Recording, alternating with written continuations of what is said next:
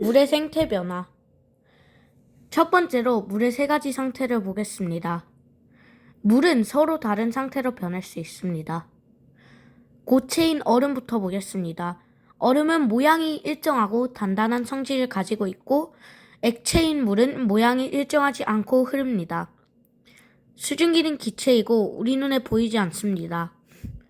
이제 물이 얼 때의 부피와 무게 변화를 보겠습니다. 일단 물이 얼기 전과 얼 후의 변화를 보겠습니다. 얼기 전에 물의 높이를 표시해 놓은 게 보이죠? 그리고 얼 후에 또 물의 높이를 표시해 놨습니다. 하지만 얼 후의 물 높이가 처음 물 높이보다 높았습니다. 그래서 부피가 늘어났다고 볼 수 있고요. 무게 변화를 보겠습니다. 얼기 전에는 12.9, 얼 후에도 12.9로 인하여 무게는 변하지 않았음을 볼 수 있습니다. 물이 얼 때 부피가 늘어난 현상과 관련된 예는 날씨가 추워지면 수도 계량기가 터지기도 하고 페트병에 물을 가득 넣어 얼리면 페트병이 커지기도 하고 또 나와 있지는 않지만 깨지는 경우도 있습니다. 이제 얼음이 녹을 때 부피와 무게 변화를 보겠습니다. 우선 부피를 보겠습니다. 녹기 전엔 높이가 있고 녹은 후에 높이가 주어져 있습니다.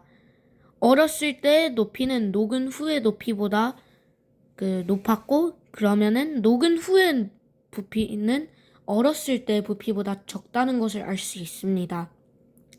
무게 변화를 비교해 보겠습니다. 녹기 전에는 12.9, 녹은 후에는 12.9. 아까와 같은 결과죠. 그래서 무게는 변하지 않았음을 볼 수 있습니다. 얼음이 녹을 때 부피가 줄어드는 현상과 관련된 예를 보겠습니다. 물이 얼어 부푼 페트병을 냉동실에서 꺼내 놓으면 부피가 줄어듭니다. 꽁꽁 언 튜브형 얼음 과자를 냉동실에서 꺼내 놓으면 부피가 줄어듭니다. 자, 이제 증발을 보겠습니다. 증발의 뜻은 액체인 물이 표면에서 기체인 수증기로 상태가 변하는 현상을 말합니다.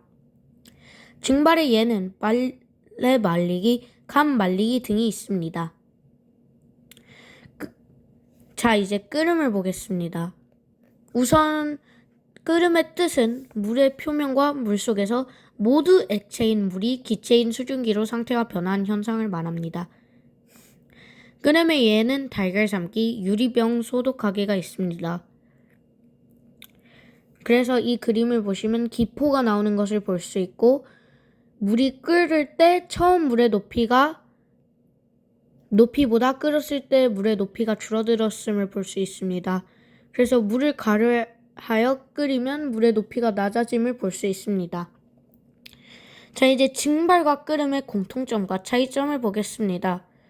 증발과 끓음의 공통점은 물이 수증기로 상태가 변하는 거고 우선 증발의 차이점은 물의 표면에서 물이 수증기로 변하는데 물의 양이 매우 천천히 줄어듭니다. 하지만 끓음은 반대로 물의 표면과 물속에서 물이 수증기로 변하고 증발할 때보다 물의 양이 훨씬 빠르게 줄어듭니다. 자, 이제 응결을 보겠습니다. 기체인 수증기가 액체인 물로 상태가 변한 현상을 응결이라고 할 수 있습니다. 추운 겨울 유리창 안쪽에 맺힌 물방울, 그것은 응결되어 나타나는 현상이고요.